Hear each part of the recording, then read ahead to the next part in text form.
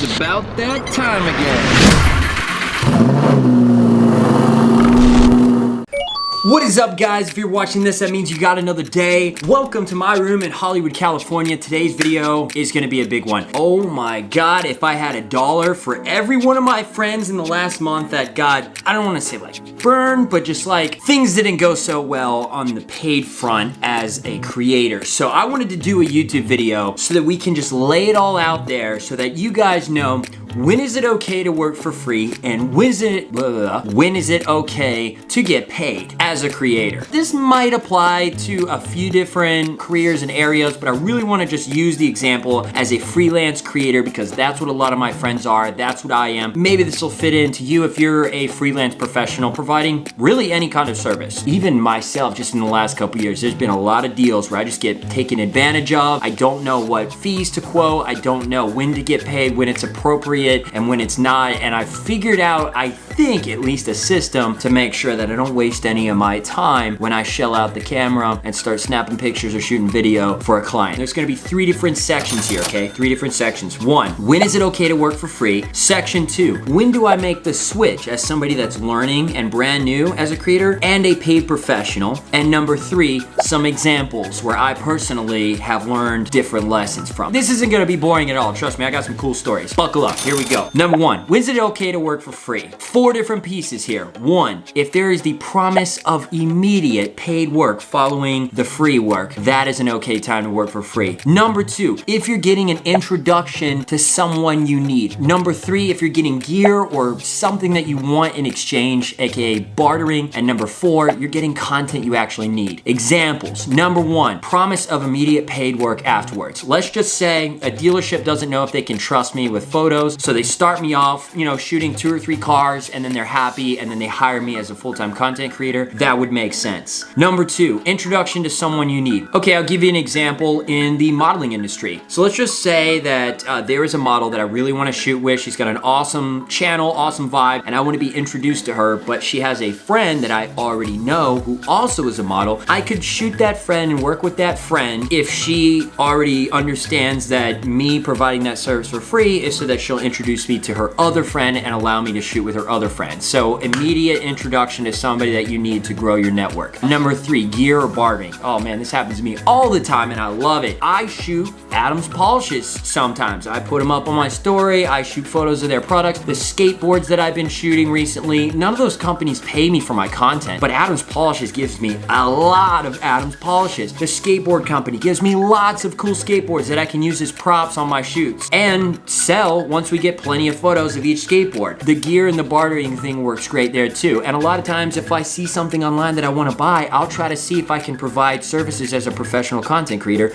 to get that item for free. As long as the item that you're working for is as valuable or less valuable than the services that you're providing. Don't go and ask for a daily Lamborghini rental to just take photos of the Lamborghini because odds are your photo is not worth as much as the daily rental for that Lamborghini. Catch my drift? And then number 4, content that you're in need of. A great example of this is with Lindsay Brewer. Before we ever started working together professionally, I knew that Lindsay would open some doors for me. Another one would be Francesca, who I shoot with a lot. Yeah, they don't pay me when I first started working with them because I knew that working with high caliber talent like them and being able to post that type of content on my Instagram or my YouTube channel would help me grow my channels, and that was content that I was in need of that was on brand with the brand that I was trying to build. So it made sense to do those shoots for free. Next big question here is, when do you make the switch? When am I no longer just somebody that's doing this for fun and I'm somebody that's doing this for real money? Not like $50, $100, like, favors, like real money that require contracts, okay? Step 1, double down on your networking and your content. I did this for a long time. I actually shot for free, just completely for free across the board for a lot longer than I probably should have. But as a result, I doubled down on growing my network as big as I could before I tried to to profit off of my network. My strategy was meet as many people as I can, shoot for as many people as I can, get as much content as I can while I was still employed by the Air Force and wasn't depending on this as a income source. And I was able to grow a massive network, so when it came time to actually survive off of my network and actually profit off of my shoots, I knew enough people to make enough connections so that jobs kept coming in. If your network isn't big enough and you aren't quite ready to profit off of it yet, double down on the network and do as many shoots as you can for free and focus on that being introduced to more people payment back instead of just money. Number two, when you charge, if you want more paid gigs, lower your rate. If it's too low to be worth it, just make it free. Think of it like stocks. The value of your shoot, let's just say, is $100. You're charging $100 for shoots. If nobody is hiring you, it's probably not worth $100 a shoot. Drop the fee. If you're working and doing shoots for like $50 or less, something like that, just do it for free. Take the money out of it. Trust me, the whole dynamic of the experience changes, the interaction between you and the client changes, and it's just not worth it to even charge money. But if you're in a position where, okay, I'm charging $200 or $300 a shoot, and I still have too much to shoot, raise your rates. The level of projects coming in is a good indicator of whether or not your rates are too high or too low if you're trying to figure out. If you want to know how much to charge as a starting point, something that I did, I reached out to some of my favorite creators, asked them how much it costs to book a shoot with them. Because for some reason, everybody doesn't put their prices online or their fees online. So I asked them, and then I kind of averaged it out where I thought I fell on the spectrum based on some of the creators that I reached out to. And I found a starting point, and I got too many shoots booked, so I raised it. Got too many shoots booked, I raised it, and then I stopped at that because anything higher, I think it would just not be, it would be asking for too much for the value that I'm providing at this current time. When you charge, if you want more paid gigs, lower the rate. Simple. Next up, post your fees online with packages. Now this applies to photography, I think, more than anything else, or videography. Different people do different strategies with this. You know, it's kind of like that Wild West where you and the brand are like, all right, how much is your budget? Well, how much do you have to spend? How much does it cost for a shoot with you? And nobody wants to pitch first, and then it's awkward, and then you never make a deal. Or you lowball them and they end up paying you less than what you're worth, or you give them too high of a fee and then they don't end up working with you completely. It's like, well, how do we solve this problem? I figured out that posting everything online with packages, breaking it down, just 3 simple packages, basic, medium, and high, and I named them something Hollywood related, like Basic Hollywood and the Beverly Hills package, so that it was, you know, on brand and fun. And I listed out what you get with each package. So that way, instead of me trying to mold a fee to fit the demands of somebody, they can just pick it off of a menu, and then I can just execute on the same menu items with the expectations already laid out before the project starts.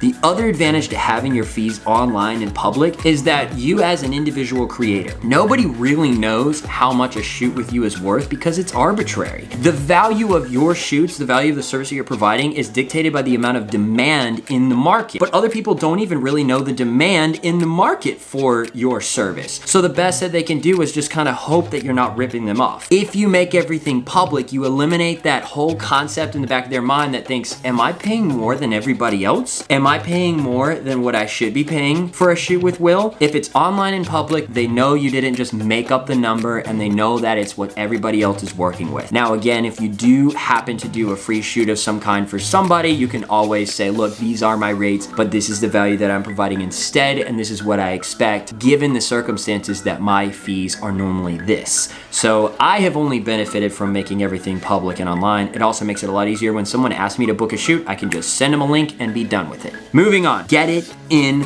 writing. This is something that a lot of creators are like, oh, you know, it's a friend, it's a business I know, they're homies, especially friends, because that's where it gets really awkward if expectations aren't met. I use PandaDoc. I like to drop all my contracts on PandaDoc, and then I use invoice.com for all my invoices. I think it's invoice.com, something like that. But just get it in basic writing. You don't have to be a lawyer. And if you need a lawyer, I'm actually gonna link one in the description below that I use to write some of my bigger contracts when there's a lot of money on the line, because it's worth it. And then you can reuse the same contracts for similar projects. But get it in writing, use PandaDoc so it's click to sign, it's legally binding, it's super easy, you get read receipts and everything, it's all organized online, and that way you're protected so that if you provide the service and you send them the media and they decide, nah, didn't really like this, you still get paid for your work, unless it's outlined differently in the agreement. But trust me, the amount of times that I have been burned out of money because the client either changed their mind, didn't like the final product, or I was halfway through and their budget ran out, or whatever the reason, they aren't able to wiggle out of paying me. And a lot of times my gigs aren't so much money that it's just worth it to them to just pay me and not worry about this becoming a legal situation. When you have it in writing, it makes it a lot easier for you to argue. Now moving on to the final part, examples of when I got burned in the past. I had to figure out which 4 that I was gonna choose for you guys because it's happened so many times. I remember I was having a conversation with my buddy Desh, and he was like, dude, this like keeps happening to me. Like people are like using me for free work. Like, am I just a chump? I'm like, no, dude, you're just learning. Exactly how I have and still am. Because there are plenty of people, and not just in LA, that will fully take advantage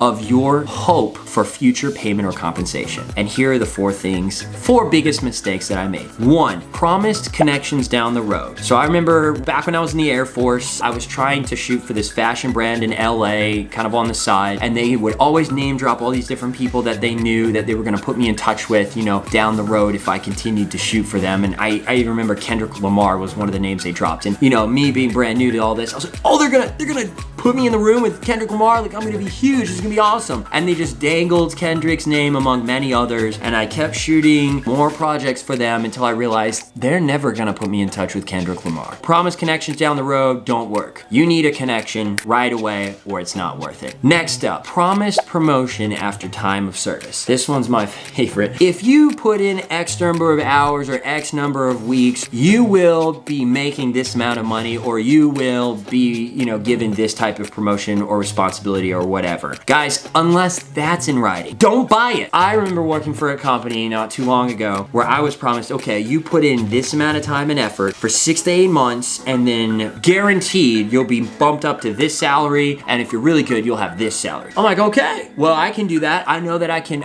get through the white water and buckle down and make it work for 6 months. And then a year later, I was still at the same pay grade, and I was confused, and part of it was due because the company had like some marketing issues, and it wasn't entirely their fault, but the back end of that would have really been easier to negotiate, or at least, you know, get a raise on my end if I had just had it in writing. If it is truly a guarantee that after 6 to 8 months I'll be making this, you wouldn't mind giving me a contract to sign that says that I'll be entitled to that much, and give some measurable goals. So that way, you know, you don't just put in the time, but you actually put in the effort, and they're able to look at those measurable goals and said, yeah, you actually checked all the boxes leading up to this 6 months. You didn't just waste time for 6 months so that you could get a paycheck. Number 3, promised long-term employment. I remember helping somebody build their YouTube channel in the first couple months that I was living in LA, and they promised me that, you know, they were paying me right off the bat, but they promised me this was gonna be a long-term thing. We were gonna be ride or dies, we were gonna be in this until the very end,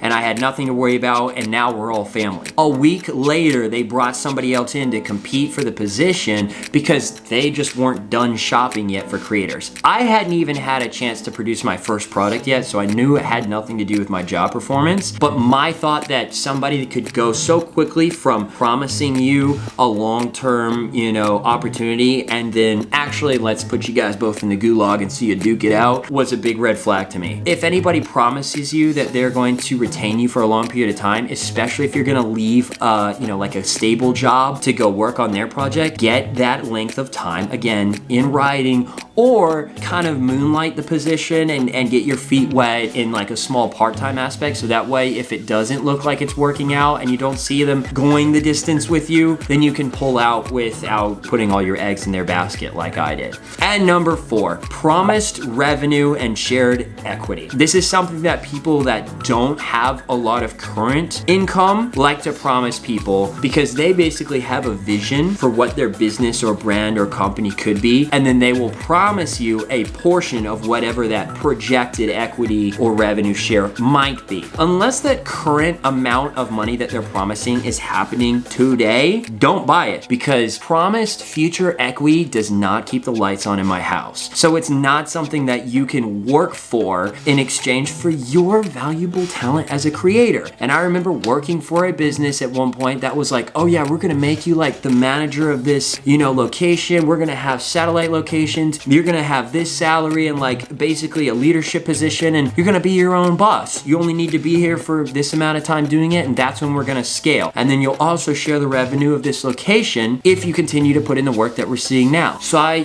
took a lower than what I should have salary to be able to work at that spot with promise of equity in the future in my own location to manage, and that just never happened. Because unless there was already property bought and there was sales showing that that property was going to be a real thing in the very near future, I was basically getting paid off of empty promises. So never take promised revenue share over something, whether it's an established company or a startup. Until it's actually the real numbers coming in, don't take it as a form of compensation. Even just yesterday, I did a shoot for free. And then a couple days before that, I did a shoot that paid me a lot of money. So it really just depends on how you're being compensated, because the shoot that I did for free got me connections and content that I really needed. The shoot that I got paid a lot of money for, I didn't need at all, but I surely needed the money. So it was worth it for that. So make sure that however you're getting paid that day, however you're getting compensated, whether it's money or something else, is of value to you immediately.